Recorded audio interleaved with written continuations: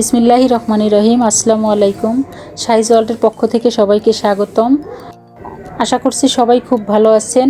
নতুন আরও একটি ভিডিও নিয়ে চলে এলাম। আশা করছি সবার খুব পছন্দ হবে। বাসায় একদম খাঁটি ঘি, কিভাবে বাসায় ঘি উঠালাম সেটা শেয়ার করব আমি আপনাদের সাথে। তো এখানে আমি 500 গ্রাম সর নিয়ে নিয়েছি, দুধের সরটা ভালোভাবে মেখে নেব, অনেক সুন্দরভাবে স্মুথভাবে মেখে নেব। যত ভালোভাবে মাখবেন তত ভালোভাবে ননিটা উঠবে, একটুও সর নষ্ট হবে না। এখানে এখন দিয়ে দেব পানি দিয়ে ভালোভাবে ধুয়ে নেব। ননিটা দেখেন উপরে চলে এসেছে। ননিটা আমি এখন উপর থেকে নিয়ে নেব, যে পাত্রে আমি ঘিটা তৈরি করব সেই পাত্রে উঠিয়ে নেব। বাসায় তৈরি করা ঘি, এটার স্বাদটাই অন্য রকম, অনেক সুন্দর একটা ফ্লেভার থাকে যেটা কেনা ঘিয়ের মধ্যে থাকে না।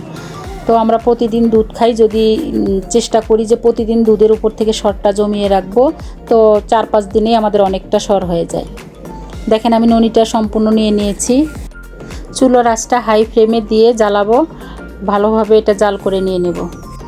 তো আমি ঘিটা রেডি করতে করতে যারা এখনও আমার চ্যানেলটিকে সাবস্ক্রাইব করেননি তারা আমার চ্যানেলটিকে সাবস্ক্রাইব করে নেবেন এবং বেশি বেশি লাইক শেয়ার করে দিবেন। দেখেন ঘিটা আমার প্রায় হয়ে গেছে, আর 5 সেকেন্ডের মধ্যে আমার ঘি তৈরি হয়ে যাবে। যতক্ষণ সুন্দর একটা ঘ্রাণ না আসছে ততক্ষণ চুলাটা অফ করব না, এবং ঘিয়ের যে ননিগুলো আছে সেগুলা লালচে লালচে হয়ে যাবে, একদম ব্রাউন কালার হয়ে যাবে, তখন আমরা চুলাটা বন্ধ করে দেব। তো আমার প্রায় হয়ে এসেছে। ঘিয়ের যে একটা ফ্লেভার আছে, অনেক সুন্দর একটা ফ্লেভার এসেছে। তো এখন আমি চুলাটা অফ করে দেব, দিয়ে ঘিটা ছাঁকনিতে ছেঁকে নেব। তো আজকের ভিডিও আপনাদের কেমন লেগেছে আমাকে সুন্দর একটা কমেন্ট করে জানাবেন। আপনাদের একটা কমেন্ট আমাকে অনেক বেশি আনন্দ দেয়। আমি চেষ্টা করব আরও ভালো ভালো ভিডিও দেওয়ার।